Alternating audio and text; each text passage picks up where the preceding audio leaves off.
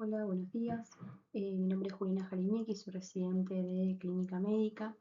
Hoy vamos a hablar de obstrucción intestinal, uno de los cuadros de abdomen agudo más frecuente en guardia y en sala, y también uno de los más rápidos que pueden pasar de observación a quirófano si no se reconoce a tiempo. El objetivo de esta clase no es memorizar una lista de causas, sino que empezar a pensar cómo examinar al paciente, cómo estudiar un paciente con sospecha de obstrucción y sobre todo saber cuándo este paciente no puede esperar. Entonces, los objetivos de la clase van a ser 5 objetivos. Primero, definir y clasificar la obstrucción según el mecanismo, localización y gravedad. Esto es la base como conceptual de diccionario que vamos a usar toda la clase. Segundo, vamos a aprender a reconocer el cuadro clínico, a diferenciar con clínica un patrón alto de uno bajo, que esto es lo que se puede hacer al pie de la cama sin ningún estudio complementario. Tercero, vamos a sistematizar lo que es el examen físico porque no alcanzaría con palpar de forma genérica, sino que hay una secuencia para que no se nos escape ningún signo de alarma. Y cuarto, vamos a interpretar las imágenes, radiografía simple y tomografía, con algunos hallazgos claves que hay que buscar activamente. Después, quinto, vamos a cerrar con diagnósticos diferenciales y un algoritmo de diagnóstico inicial que se puede aplicar hasta en la guardia.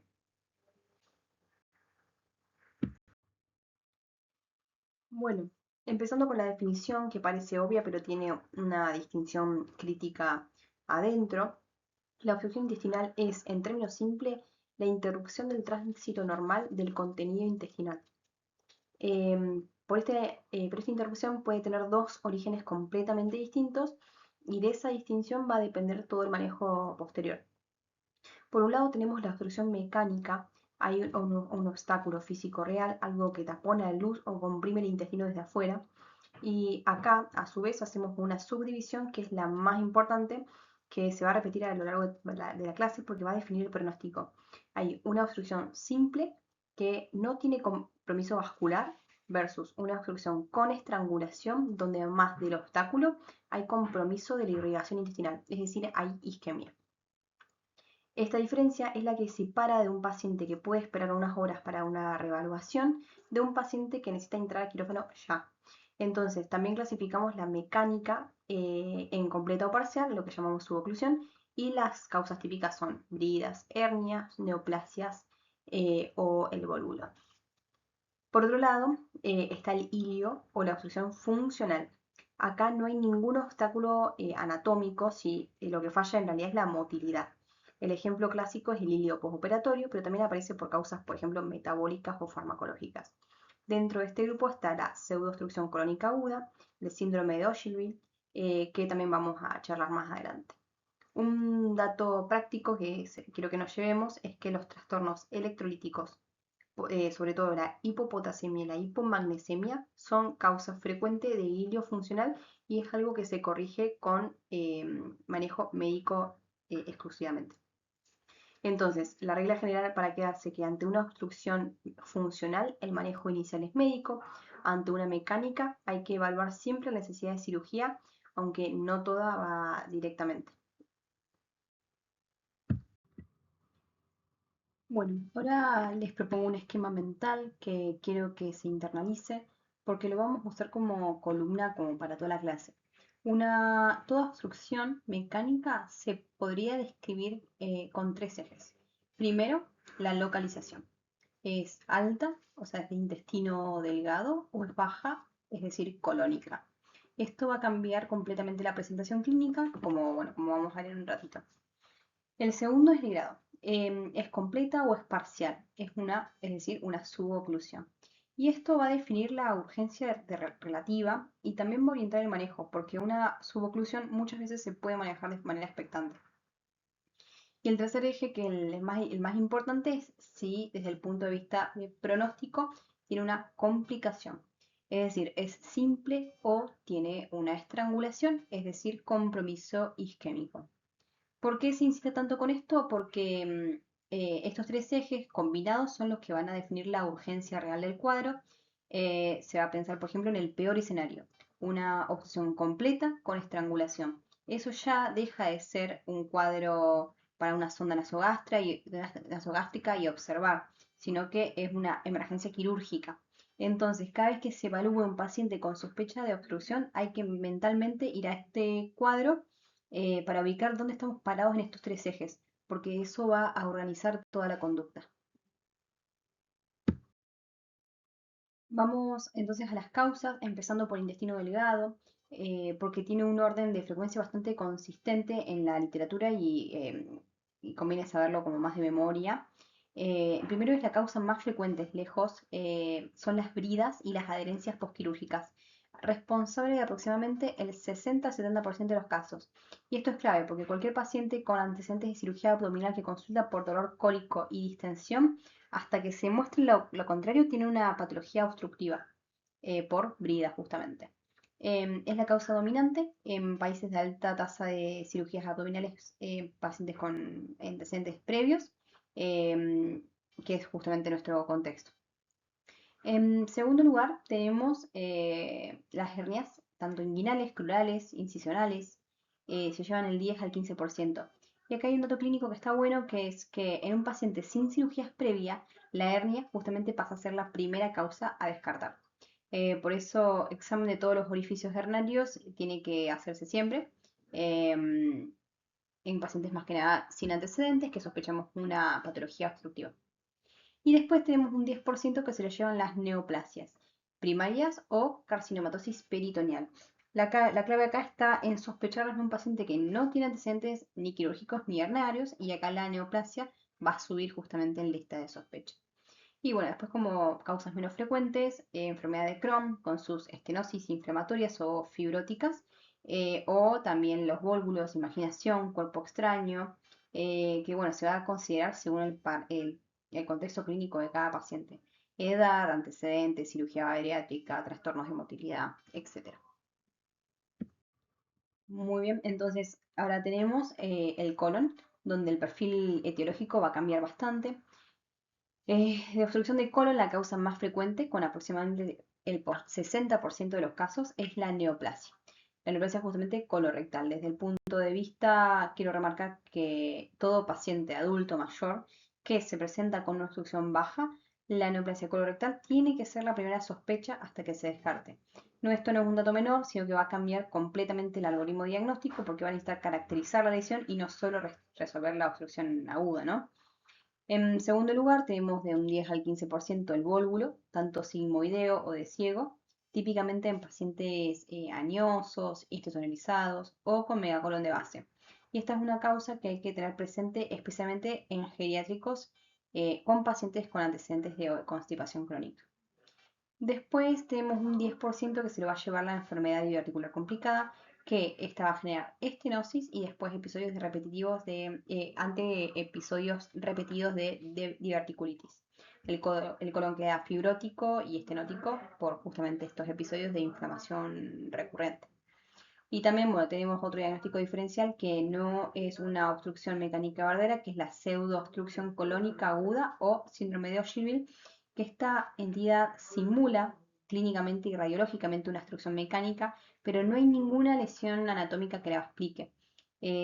Siempre hay que descartarla como causa orgánica antes de catalogarla como Ogilvie, porque el manejo es completamente distinto y bueno, lo vamos a retomar ahora con los diagnósticos diferenciales. Esta diapo me parece muy importante remarcarla porque nos va a ayudar a entender la secuencia que nos va a permitir anticipar la estrangulación antes de que aparezcan los signos francos de peritonismo. Es una cascada de 5 pasos que básicamente en el paso 1 hay un obstáculo. Proximal a este obstáculo empieza a acumularse gas por fermentación, por aerofagia y líquido también por secreciones digestivas. Em, Paso 2, esta acumulación va a generar distensión del asa y la distensión va a aumentar tanto la presión tanto intraluminar como intramural. Paso 3, esta presión aumentada va a empezar a comprometer primero el retorno venoso linfático, porque las venas son de baja presión y colapsan antes que las arterias, lo que va a generar edema de la pared. Este líquido que se pierde hacia la pared y hacia la luz intestinal es lo que llamamos como tercer espacio y clínicamente se traduce en hipovolemia y deshidratación, algo que vamos a ver justamente reflejado en el laboratorio. El paso 4, con el asa distendida y edematosa, se favorece el sobrecrecimiento bacteriano. Y este sobrecrecimiento puede traslocar a través de la pared intestinal ya comprometida, generando también riesgo de sepsis de origen abdominal. Esto es incluso antes de que haya necrosis.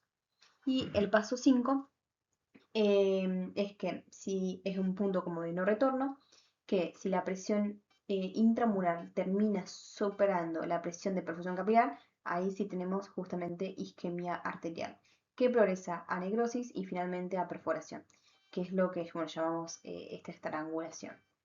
¿Por qué se insiste tanto en esta diapositiva? Porque cada uno de estos pasos tiene una correlación clínica y el laboratorio también, que vamos a ver más adelante, que es una señal de alarma. La hipovolemia en el paso 3, la posibilidad de sepsis del paso 4, la acidosis y el lactato elevado del paso 5.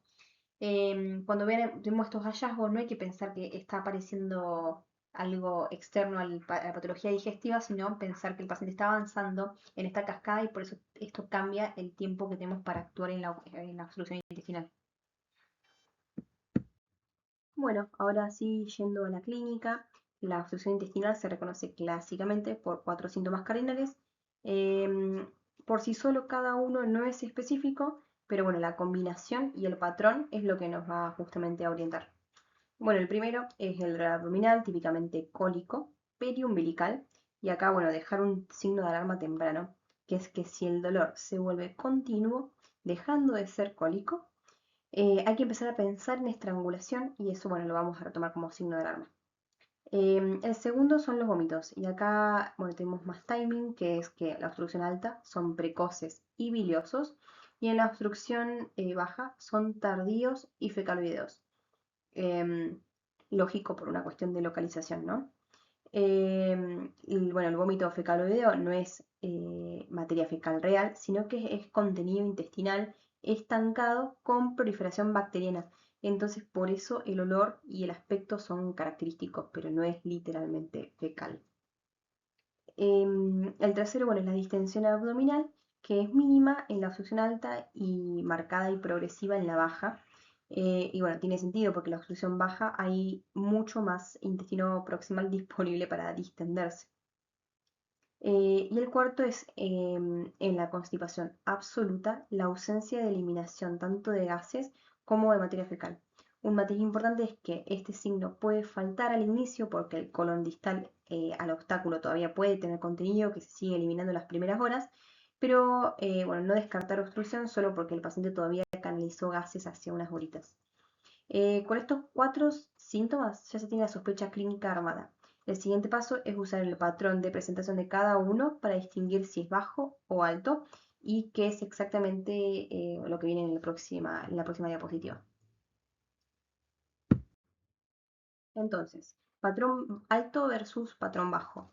Este cuadro es literalmente lo que tenemos que ponernos a repasar sin ningún estudio complementario, solo con anamnesis y examen físico. En la obstrucción alta, o sea, intestino delgado, los vómitos son precoces, abundantes y biliosos, porque el obstáculo está cerca del estómago y el duodeno, entonces el contenido refluye rápido. La distensión es leve a moderada, porque hay poco intestino proximal para distenderse. El dolor es cólico, frecuente pero poco intenso. Los episodios se repiten cada pocos minutos. La constipación absoluta puede ser tardía, como habíamos hablado previamente. La deshidratación y los trastornos electrolíticos son precoces y marcados porque estás perdiendo grandes cantidades de volumen generalmente por vómitos. En cambio, en la obstrucción baja, los vómitos aparecen de manera tardía, son escasos y son fecaloideos. Tarda en aparecer porque el contenido que tiene que refluir es mucho trayecto. La distensión es marcada y progresiva y es el signo más llamativo del examen. El dolor es cólico, más espaciado pero es intenso. La constipación absoluta es un signo temprano y prominente, muchas veces el motivo de consulta inicial. Y la deshidratación es más tardía porque no se está perdiendo tanto volumen por vómitos al principio. La aplicación tardía de este cuadro, o sea, si me traen un paciente con distensión marcada, vómitos tardíos, dificabilidad o constipación absoluta como síntoma inicial, antes de pedir cualquier estudio yo ya estoy pensando, esto es colon. Y eso me orienta a buscar activamente antecedentes de neoplasias o cambios en el hábito vacuotorio o sangrado.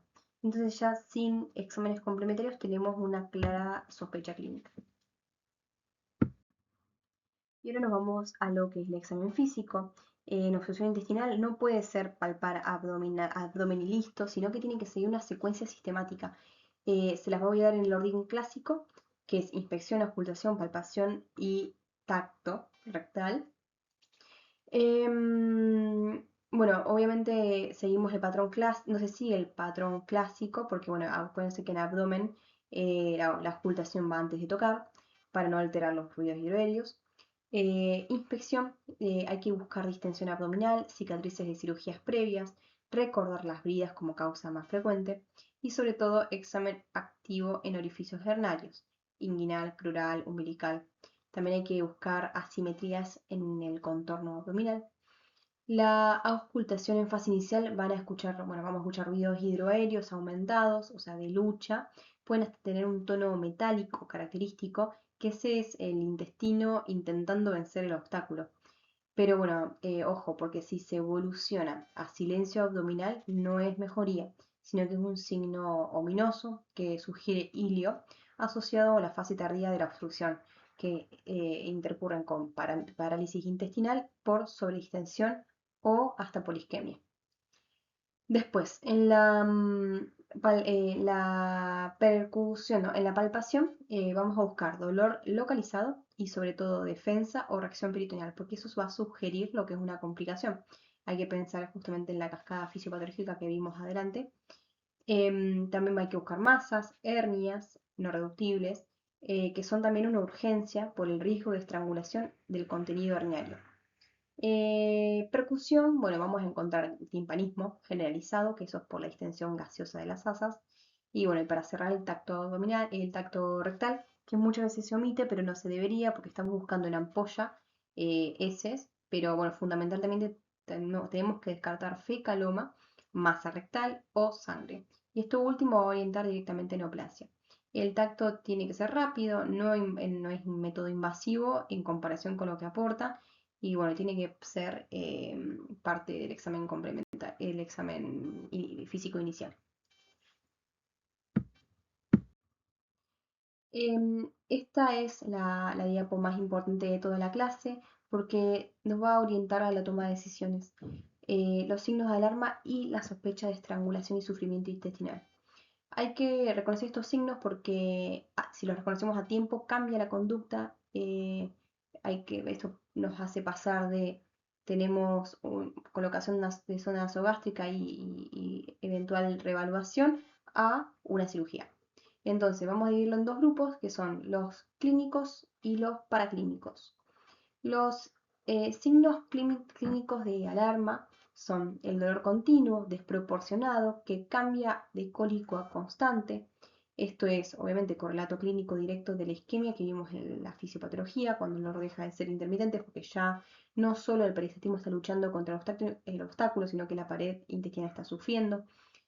Segundo, tenemos lo que es defensa o reacción peritoneal localizada, que es bueno, un signo de irritación peritoneal que sugiere que ya hay compromiso transmural. Tercero tenemos, bueno, fiebre, taquicardia, y bueno, después cuarto, obviamente, deterioro hemodinámico.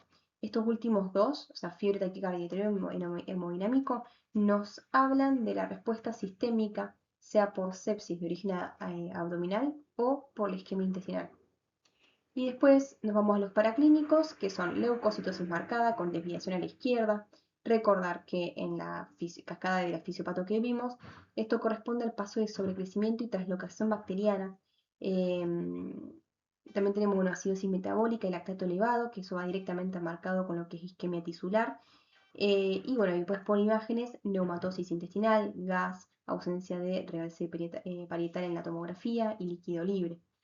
Estos son hallazgos tomográficos de sufrimiento intestinal que vamos a, bueno, a desarrollar en las próximas diapositivas. La idea que quiero dejar es que ninguno de estos signos aislados es diagnóstico de estrangulación, pero la presencia de alguno de ellos va a obligar a acelerar los tiempos y bueno, charlarlo de manera pronta con el servicio de cirugía y no esperar a ver cómo evoluciona. Bueno, hablando un poco de lo que es el laboratorio, sabiendo que este es inespecífico, pero nos puede orientar a la gravedad. Bueno, arrancando con lo que son los estudios complementarios, ¿no? Eh, Su valor va a ser principalmente estratificar la gravedad y guiar lo que es la reanimación, ¿no? No nos va a diagnosticar una obstrucción con un análisis de sangre, pero sí se va a saber qué tan comprometido está el paciente. Entonces, repasando un poco cada parámetro, el hemograma, por ejemplo, la leucocitosis, más que nada en la predominio a la izquierda, nos hace pensar justamente en una complicación, por lo que ya vimos previamente. El ionograma, porque la hipopotasemia o la hipomagnesemia puede ser tanto la causa como consecuencia también de los vómitos repetidos. Causa porque tenemos como causa de hilo funcional. Em, Eso puede ser también un posible distractor, así que hay que tener cuidado con el ionograma. La función renal, la urea la creatina, nos va a permitir evaluar la repercusión de la deshidratación y la posibilidad esta del tercer espacio. También tenemos el estado ácido-base y el lactato, que son de estos lo que más nos importa cuando sospechamos isquemia. Acidosis metabólica con lactato elevado va a sugerir compromiso vascular intestinal. Y bueno, y también la amilacila le pasa porque pueden elevarse de forma inespecífica en la obstrucción, pero bueno, no permitir que eso nos confunda pensando en una pancreatitis primaria sin un contexto clínico que lo respalde. En síntesis, bueno, hay que pedir un laboratorio siempre, pero no hay que esperar que nos resuelva el diagnóstico, sino que hay que usarlo como para saber si el paciente está compensado o si ya está entrando en lo que es una zona de peligro. Bueno, seguimos con la imagen que va a ser la radiografía, la primera y la inicial que vamos a pedir es una radiografía simple de abdomen, de pie y de cúbito. Vamos entonces, esto no es un detalle menor, sino que son dos proyecciones a propósito porque vamos a buscar justamente niveles hidroaéreos que solo se van a ver en la placa de pie y la distribución de las asas se va a evaluar mejor en decúbito. Entonces es el primer estudio por disponibilidad y porque nos va a servir para fundamentar y orientar a qué nivel es la obstrucción. Ahora lo vamos a ver más adelante. Los hallazgos que sugieren origen de intestino delgado son asas dilatadas de más de 3 centímetros, ubicación central de las asas, con valvas convenientes que van a atravesar todo el diámetro del asa. Esta es la imagen clásica en pila de monedas. Y bueno, y vamos a ver justamente que en la placa de pie vamos a ver niveles hidroaéreos múltiples y escalonados. Después tenemos los hallazgos que nos van a sugerir que es colónica. Vamos a ver colon dilatado de más de 6 centímetros en general, pero también 9 en ciego, que es el punto de mayor riesgo de perforación. Va a ser de ubicación periférica, las asas digo, con austras que cruzan todo el diámetro del asa, a diferencia de las válvulas del colon, ¿no? Los dos hallazgos adicionales que se tienen que buscar activamente porque van a cambiar la conducta es la ausencia de gas distal o un recto sin gas que va a sugerir obstrucción completa y el hallazgo más urgente de todos va a ser el neumoperitoneo. Siempre hay que buscarlo, que es obviamente un signo de perforación y constituye una urgencia quirúrgica inmediata. Entonces, si lo vemos en un paciente obstruido, hay que llamar de manera urgente al servicio de cirugía. Vamos a comenzar con algunos casos radiográficos. Mirando la placa vamos a fijarnos en lo que es la distribución central de las asas dilatadas y sobre todo en las válvulas estas convenientes que cruzan todo el intestino, todo el diámetro del asa. Este patrón justamente en pila de moneda que estuvimos mencionando. Los niveles hidroaéreos escalonados van a terminar de confirmar la sospecha que es un patrón justamente de intestino delgado. Este segundo caso cambia completamente el patrón. Vamos a notar la ubicación periférica del gas, siguiendo lo que es el marco colónico y las austras que no van a atravesar justamente todo el asa. Este es un patrón de origen colónico. Nada, está bueno ver la diferencia entre un patrón y el otro. Otro caso de origen delgado, vamos a buscar justamente estos tres elementos que estuvimos viendo: ubicación central, principalmente, estas válvulas completas y los niveles hidroaéreos cargados en la placa de pie. Em, Obviamente patrón de intestino delgado, se ve clarito. Acá tenemos un caso de origen colónico. Prestar especial atención a lo que es la distribución periférica del gas y el calibre. Recordemos que el punto de corte de 9 centímetros es para ciego como zona de mayor riesgo de perforación, para tener presente. También podemos ver abundante contenido de materia fecal en lo que es el colon derecho, para tener en cuenta ese dato. Nuevo caso de intestino delgado.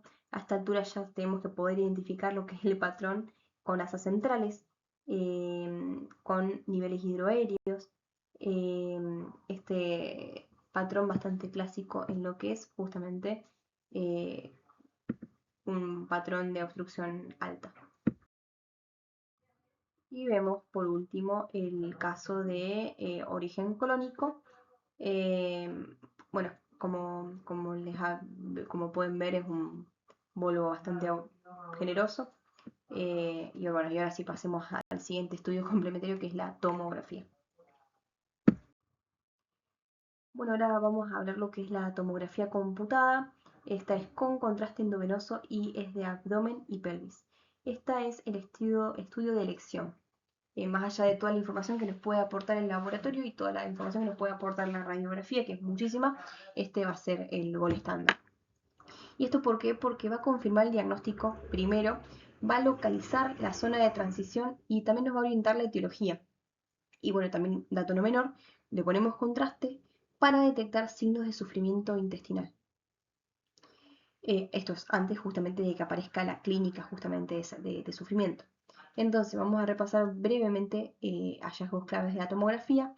Justamente esta zona de transición es el hallazgo más básico y esperable. Es un cambio de calibre entre asas dilatadas proximales y asas colapsadas distales. Y ahí donde está el obstáculo, entonces nos va a permitir localizarlo fácilmente para ver dónde el paciente, si el paciente justamente termina yendo a cirugía. Después tenemos lo que es el signo del remolino.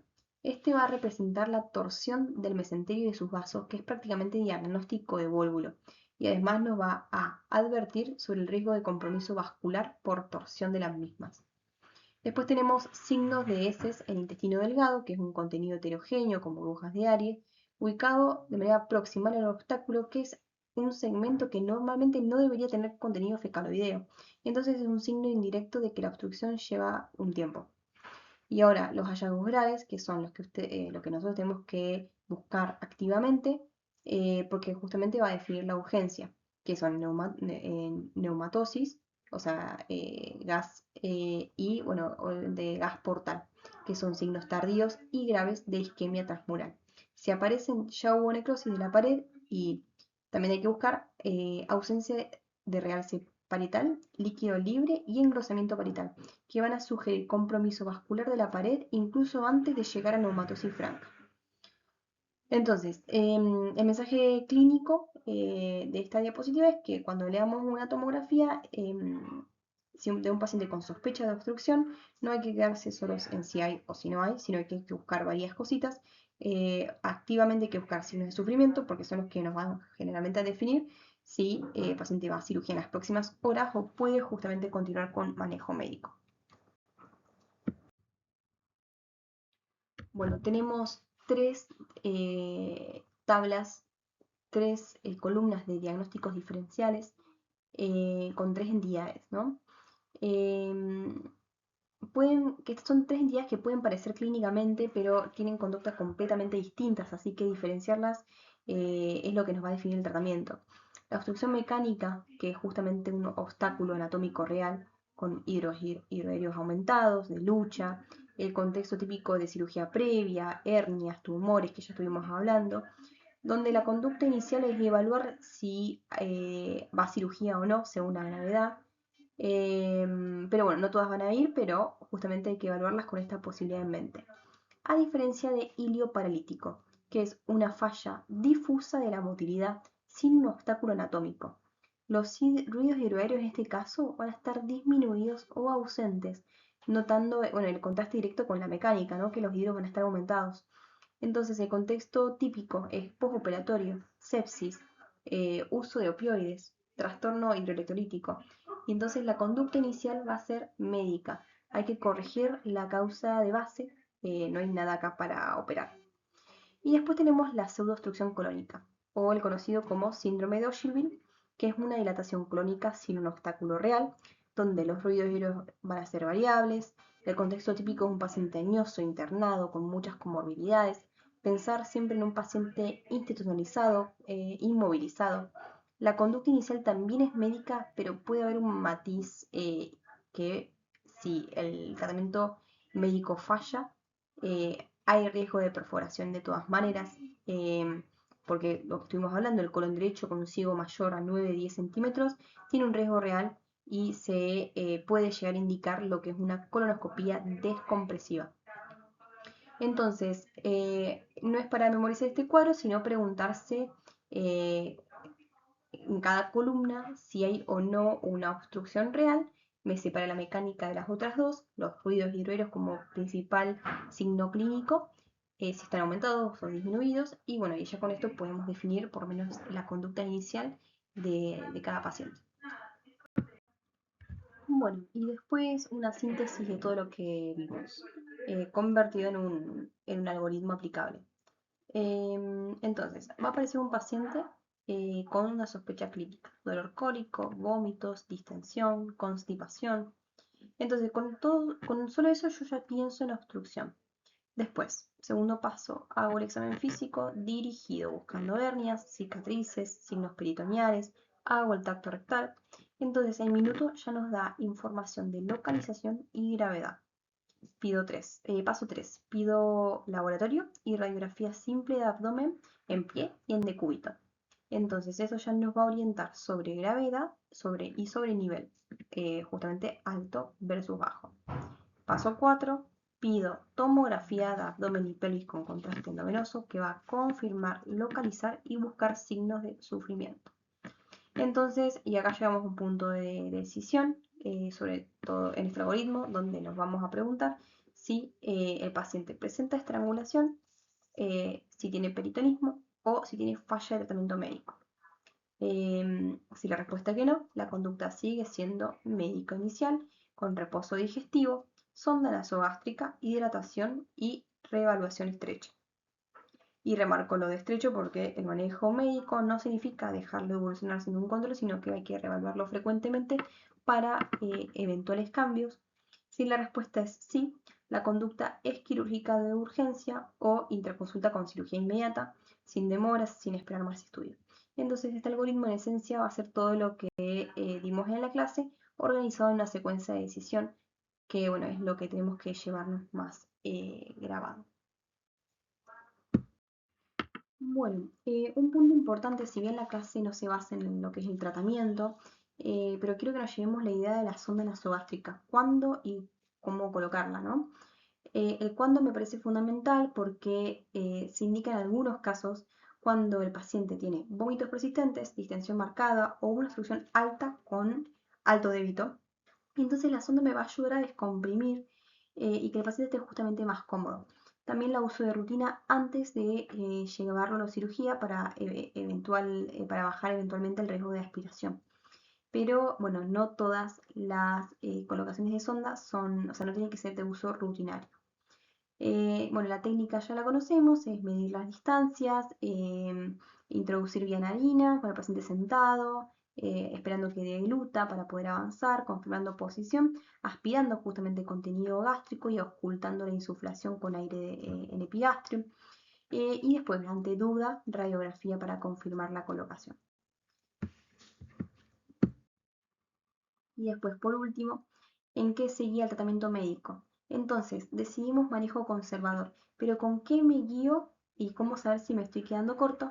Primero los hallazgos de tomografía, si hay unos que son parcial y si no hay signos de isquemia ni estrangulación, este paciente justamente es candidato a un tratamiento conservador, como ya vimos en la clase, pero ¿cuál es? Bueno, según los signos de alarma. Entonces, la respuesta entonces hay que valorarla de manera rutinaria, hora a hora, Entonces si baja el débito por la sonda, si mejora el dolor, si disminuye la distensión. Entonces después tenemos para valorar el laboratorio, si tenemos leucocitosis y lacticoseriado, nos va a justamente brindar mucha información en cuanto a la evolución del paciente. Justamente si está subiendo estos parámetros analíticos, nos va diciendo que algo está progresando y que el paciente todavía no, por más que todavía el paciente no se vea mal clínicamente. Entonces, las guías actuales dan una ventana de 48 a 72 horas de manejo conservador. Si el plazo no mejora, hay que replantearse la cirugía. Y bueno, entonces hay que llevarse que la falta de manejo conservador o la aparición de cualquier signo de alarma es indicación quirúrgica. Bueno, por último, los puntos para llevarnos, 5 ideas. Lo primero es los 4 síntomas cardinales: dolor, vómitos, distensión, constipación, que va a orientar el diagnóstico, pero su patrón cambia según el nivel de la obstrucción. Em, Segundo, el examen físico dirigido, que es tan importante como la imagen. Tercero, los signos de alarma, súper importante: el dolor continuo, la fiebre, el peritonismo, la acidosis, el lactato, que son lo que básicamente nos van a definir la urgencia quirúrgica. Cuarto, la tomografía con contraste como método de elección, porque localiza y orienta la etiología. Entonces es el punto más importante porque va también a detectar una complicación de fundamental importancia, que es el sufrimiento intestinal. Entonces, quinto, diferenciar la obstrucción mecánica de ilio y de pseudoobstrucción, porque va a cambiar completamente la conducta. Y con esto cerramos el tema del contenido. Y de esta manera presento acá las guías utilizadas para la clase. Muchísimas gracias por escucharla.